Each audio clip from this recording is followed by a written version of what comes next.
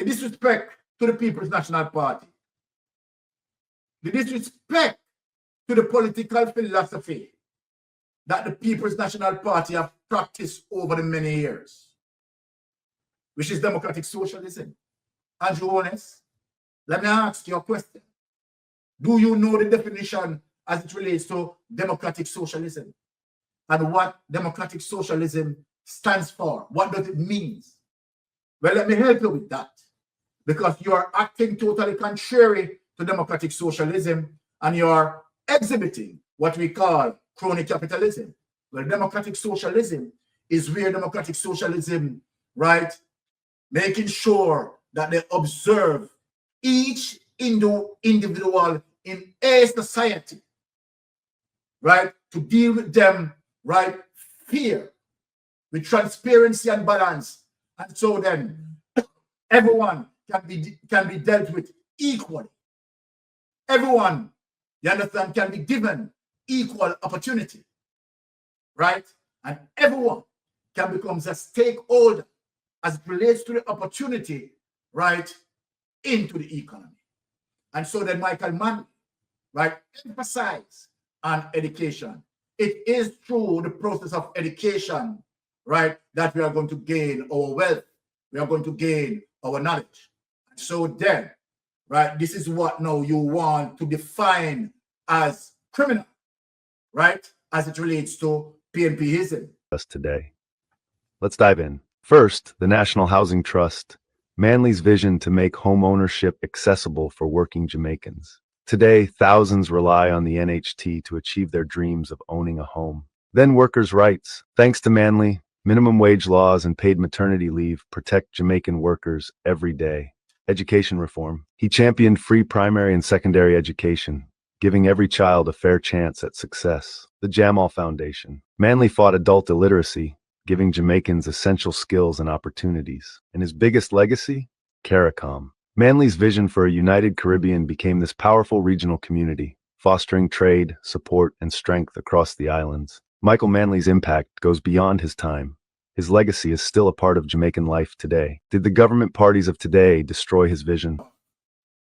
Now, when we look on that, right, now that is an independent summary, an independent brief summary, right, from someone outside of the politics of Jamaica, speaking the truth, right, as it relates to what is documented in our history, what has been recorded in our history, what has been not only recorded, but recognized and acknowledged, right, by international entity. So then, Michael Manley love for his people as it relates to democratic socialism that Andrew Holness want to identify as P.N.P-ism. NHT, the National Housing Trust, the vision of Michael Manley, believing that it is important, it is empirically important that an individual must own a home. And when a roof is over that person's head, that is going to make that person comfortable, right? Now, this is what we have seen you are trying to do when you try to destroy the NHT. You had taken money out of the NHT. Yes, let me remind you, Andrew Holness, you had taken money out of the NHT, both you and Nigel Clark, and you had given it to your friend Dexim. Yes. And just imagine, when we talk about millions of contributors who had been contributed to NHT from God he knows when, and cannot get a home. But it was so easy for you, right, to look on the NHT that created by P.N.Pism, and you try to destroy. Today, NHT is out of the capacity to really push forward homes for the persons who Michael Manley wanted to get their homes. The contributors who have been contributing to NHT. Now, what you have shaped the NHT into, right, is above now those people, right? Those people cannot afford NHT home. This is what you have done, right? In terms of wanting to destroy P.N.Pism. P.N.Pism had created the workers' rights. Yes. 40 hours work week. And over that, any hours over that should go into extra time. Michael Manley, P.N.Pism had done that. Michael Manley had created Jamal, adult literacy, so that persons who had abandoned, persons who did not make it, can have a chance to go back to Jamal and learn how to read and write. J.L.P did not do that. J.L.Pism did not do that. It is P.N.Pism that had done that. Michael Manley, through P.N.Pism, democratic socialism, these would come to foster trade amongst the Caribbean people. J.L.Pism did not do that. It is P.N.Pism through democratic socialism. So we want to teach you a lesson tonight. Now, let us go to our next clip. And what I am going to present, my people, as it relates to what we call a KC lawyer speaking the truth in identifying J.L.Pism. So for the next clip that I'm going to play, Andrew Holness, I want you to look at it because we know that you're following our channel. Yes. And so then, we are going to now define J.L.Pism to you, Andrew Holness, since you are talking about P.N.Pism. So then, let me allow a KC lawyer, King Council lawyer, who had done his research. This is a KC lawyer. Now, when we come out and we speak the truth, my Jamaican people, we decide to bring evidence parallel to our statement. And so then people can say, okay, yes, Mystic Sensation is referencing from such document. We don't come out and speak the truth like Andrew, speak the lies like Andrew Holness. When he talk about P.N.Pism, he has no record, he has no evidence to show, to define his so-called P.N.Pism. So we now have to define P.N.Pism to him. So then, let me also define J.L.Pism. And what I'm going to show, he cannot deny. No J.L.P member, in terms of what I'm going to show tonight, can deny. It is the history that surrounds J.L.P administration from ever since in the starfish days, when Alexander Bustamante said, starfish is better than education. And then this is one of the reasons why we understand why they are behaving like this, right? Because they do believe that saltfish is, better than education. And that's why, right, these people, right, you can win them by the belly syndrome. Yes. You can influence them by the belly syndrome, right? They need a food or they need a beer to drink. And so then, of course, right, you can influence them, right? Because they really, lack, you understand, that sort of, independent thinking, right? They are so myopic, right, in their view. So, of course, you understand, the people who follow J.L.P, right, they are just like that. No disrespect. They are just like that, right?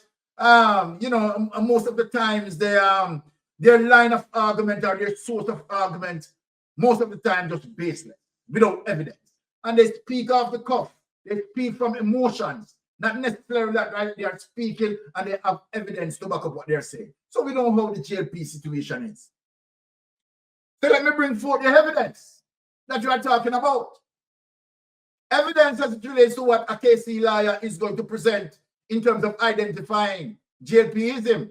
Without any delay, people, let us look on J.L.Pism. So here we are. K. Churchill Nita, August 1, 2020. And as he said, taking corruption to another level. So now we are defining J.L.Pism. What is J.L.Pism? Let us present J.L.Pism. Now, the present wave of corruption in public office is indeed unprecedented in modern Jamaica. However, corruption is not new to the Jamaica Labour Party as it relates to what defined as J.L.Pism. The party boasts a well-established tradition of corruption behavior as J.L.P ministers of government have presided over wanton robbery of the public purse. And some of them have been convicted and sentenced to serve time in prison. When we brought forward here today, we have $2.3 trillion in debt. However, we have $1.7 trillion unaccounted for. So you understand what the KC lawyer, the King Council lawyer, is talking about. Let us move to the following paragraph. In the 1950s, former J.L.P Minister of Education, Jose Malcolm, was sentenced to 12 months at hard labor for defrauding his constituents. Malcolm's successor in the Ministry of Education, L.L. Simmons, was next.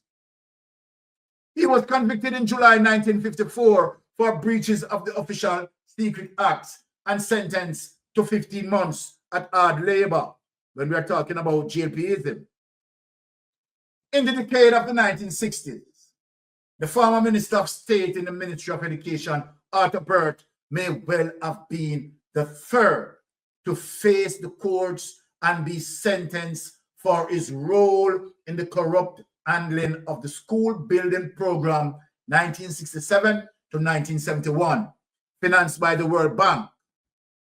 A report from the Commission of Inquiry established to probe the matter stated that although suggestions of a grave character were made before the commission involving Dr. Burt, guess what he had done, people?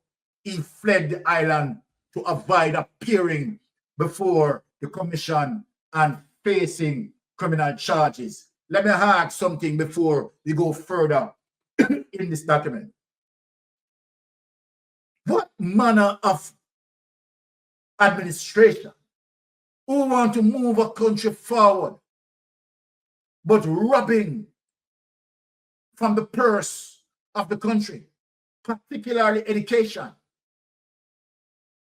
Any society or administration that doesn't believe to enhance education but to rob from the education purse cannot be a party that have good intention for its people.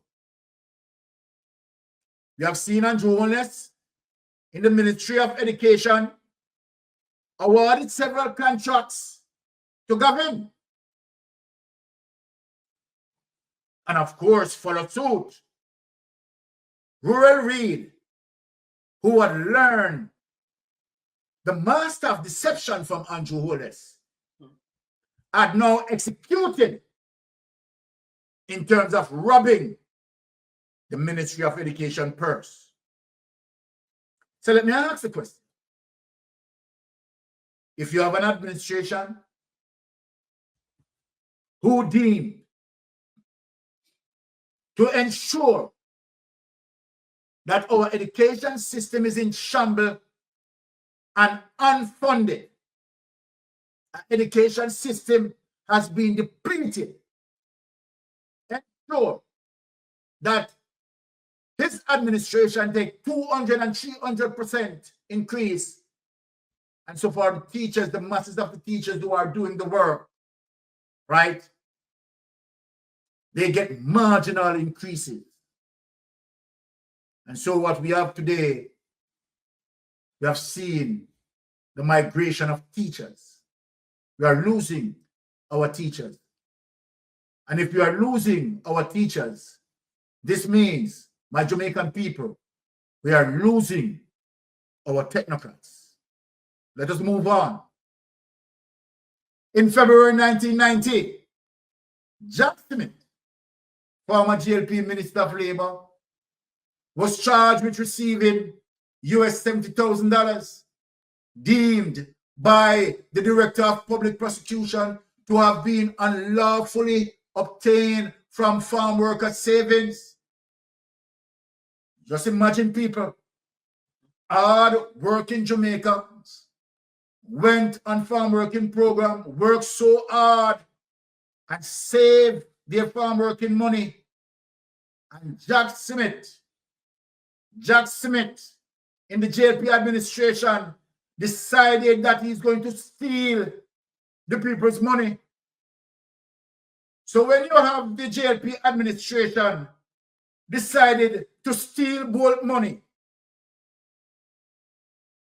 it is a long history with them, have no sympathy on the poor, have no sympathy on the weak and lame. So then there is no surprise there that this administration would again, what they have created as it relates to the 1995 financial meltdown, again would have executed their normal pattern of behavior as it relates to J.L.Pism. He was also charged with conspiracy to defraud. He was found guilty and sentenced to 5 years in prison at hard labor. Sorry, my people.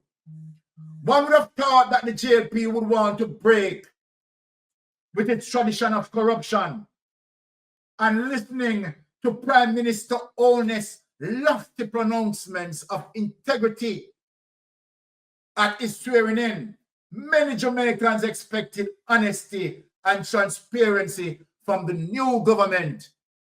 But instead, what we have experienced is an administration that has taken corruption to another level.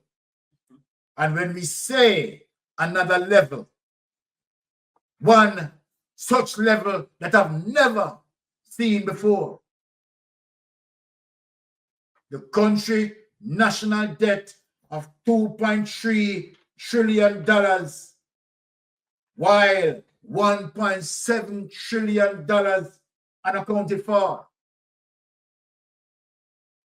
Investors who invested into SSL have been robbed, have been lied to, have been tricked out of their wealth. Let us move on. Former J.L.P. Minister of Education, Rural Reed. This is the man who advised the Prime Minister was hastily removed from office to facilitate a full investigation of reports of corruption, nepotism, and misappropriation of public funds within the ministry, as well as its agencies, including Caribbean Maritime University. But this goes beyond rural read, right? High-level theft.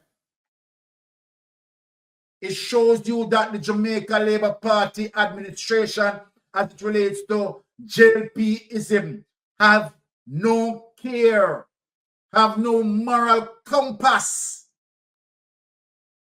Their ethical standards are drawing on the ground, and such as trying to bring back rural read amongst their campaign, showing his confidence that he is confident enough that he can commit such an atrocity.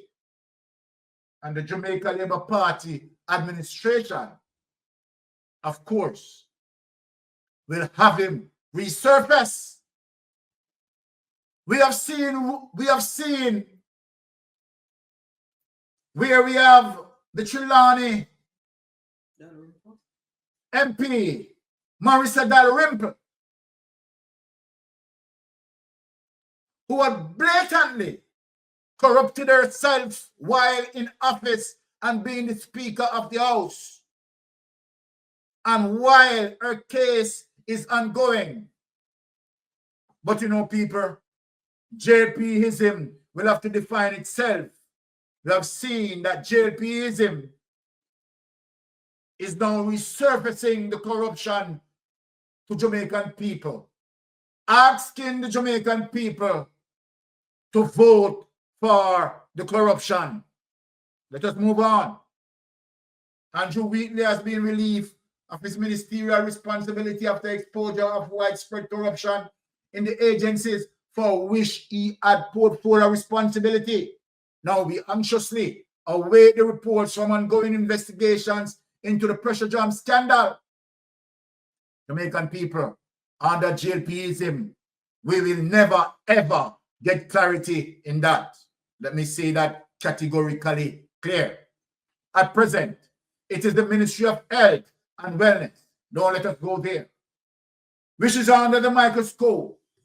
And this by no means exhausts the list of the corrupt practices that have been exposed since the Holness administration has taken office. Take that away as we define J.L.P.ism.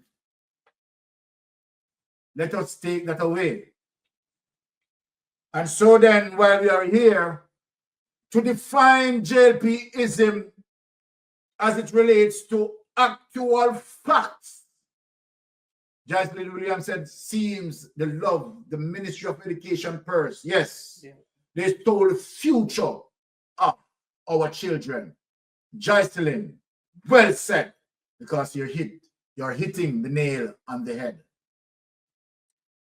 Now, since we had identified J.L.P.ism, right? Yeah. Now, George said, Mystic Sensation.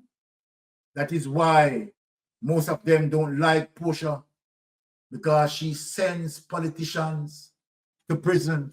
And George, let us tell them, the politician, that Portia Simpson draped up, right, and has to flag him, which is Jack Smith. So thank you, George, for that. As we are moving on in terms of the facts to define J.L.P.ism. Remember, we weren't the one who put out the ism out there. It's Andrew Holness defining P.N.P.ism.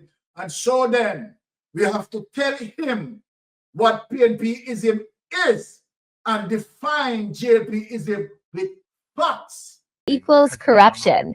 For 3 years. It's one of two properties that the Tax Administration Jamaica, TAJ, has spent over $370 million to lease over a 3-year period. One in Greenville, Manchester, and the other Anotabe St. Mary. At the building in Anotabe, a notice on the gate indicates that the branch is closed. Beyond the gate, a note on the wall reads, "Kindly visit Port Maria, Buff Bay, or the Port Antonio branch to conduct business." But according to Auditor General Pamela Monroe Ellis, the building, which is owned by Member of Parliament Norman Dunn, was leased for $700,000 per month on January 25, 2022. The sign at the front assures, "Working together to serve you even better." But there's been no service, just payout, as at August 31, 2023, a total of $15 million was spent on lease payments. Efforts to get a comment from Mr. Dunn on Wednesday were futile. Now, before being branded as a tax office, the building on Main Street served as the National Commercial Bank NCB Anotabe branch. Then, as part of its digital transformation initiative, NCB closed the branch in July 2020.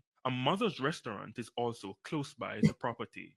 In Greenvale, this was the location rented. TVJ News understands that this red door leads to a two-story building. It was leased from a private company for nearly $360 million over the period. The section of the building in question is along the corridor of Megamart. Access to inside is not possible as the door is locked. P.N.P Councillor Mario Mitchell has been calling for updates at several meetings in the parish. It's a major tax hub, it's a major parish in terms of the revenues that the parish council uses, and I'm asking them to make sure that they can actually action this as soon as possible and to get the people's business going. Tax office payers' money have been wasted here for years on top of years. On Wednesday, the TAJ issued a release saying both properties were leased in accordance with procurement policies that require a lease to be in place before commencing the process to procure technical service and to renovate. Once the lease is in place, the TAJ says it is liable to make payments. The TAJ says the delay in occupancy is because of the lengthy procurement process and build-out required to make the space suitable for the delivery of services. It adds that the existing Anotabe tax office was closed following the November 3, 2023 5.6 magnitude earthquake. A structural engineer's report said it was unsafe for occupancy. In addition, the TAJ says the procurement of a consultant to manage the project from concept drawing to occupancy at the Mandeville location spanned from November 2020 to October 2023. For the Anotabe location, the timeline on the arrangement for leasing the space and subsequent activity spanned from July 2021 to February 2022. Ramarda Lyons, TVJ News. All right. So as we move along, my people, in defining J.L.Pism, so let me ask the Jamaica Labour Party administration, giving Norman Dunn contract while Norman Dunn being a member of parliament, right? And where Norman Dunn, as a result of him getting the contract, $700,000 a month, as it relates to the procurement process and policies, and as it relates to fair trade. Did anyone else get the opportunity to bid on that contract? Did anyone else get that opportunity? So then we have to define J.L.Pism as it relates to nepotism, cronyism, and skullduggery. That Norman Dunn is making $700,000 per month without the building in use. And this is how you treat taxpayers. Andrew Holness, this is the service that you have given to Jamaican people. You have betrayed the Jamaican trust, Jamaican people's trust. That's what you have done. Now, this is what we are defining as J.L.Pism in terms of your long list of corruption. Your long list of corruption. And so then, of course, we will understand why every single member of parliament pertaining to the Jamaica Labour Party administration would want to defend you as a leader. They will want to defend you because you open the floodgate of corruption. Every single man, they eat a food.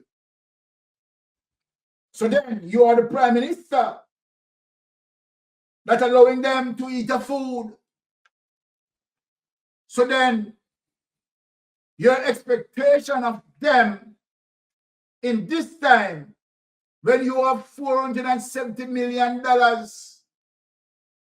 running through 3 of your entities, right?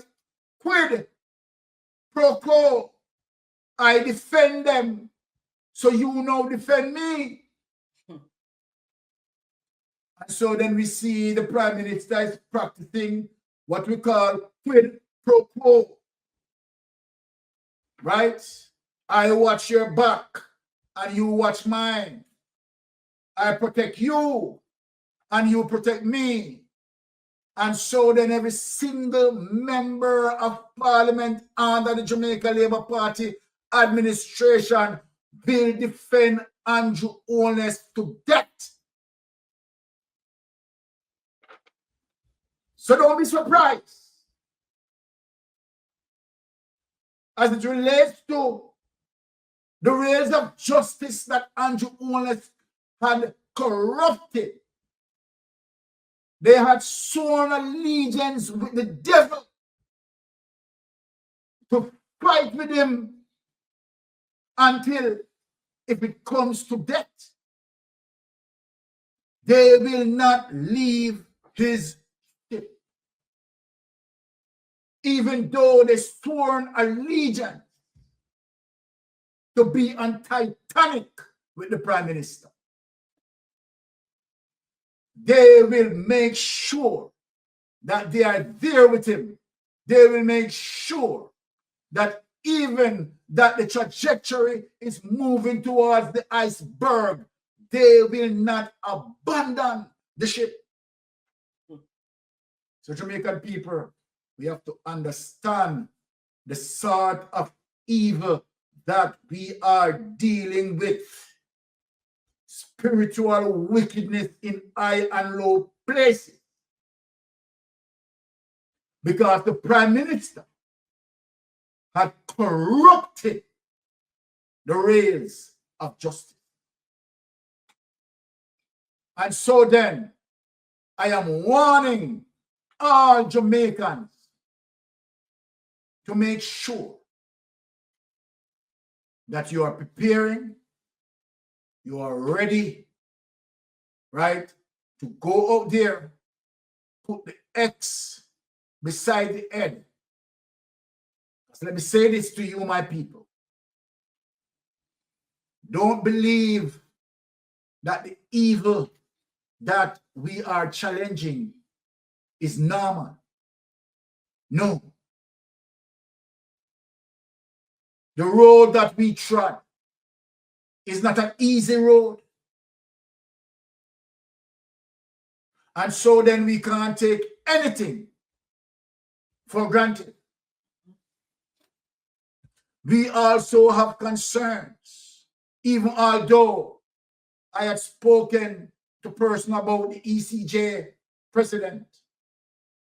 And although we are monitoring him closely, let me say this to him, that we will be using all the means necessary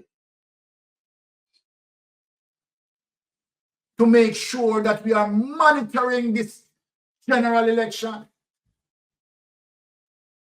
We are going to make sure that we have checks and balance on every single ballot. We know that they are planning, that they are preparing. But let me say something to you, Brother Dayton Campbell. Right? We know that you're on the committee. And we know that you will be vigilant. And for other persons who are there, lawyers, be vigilant. Because I'm telling you, you are not wrestling with a normal demons.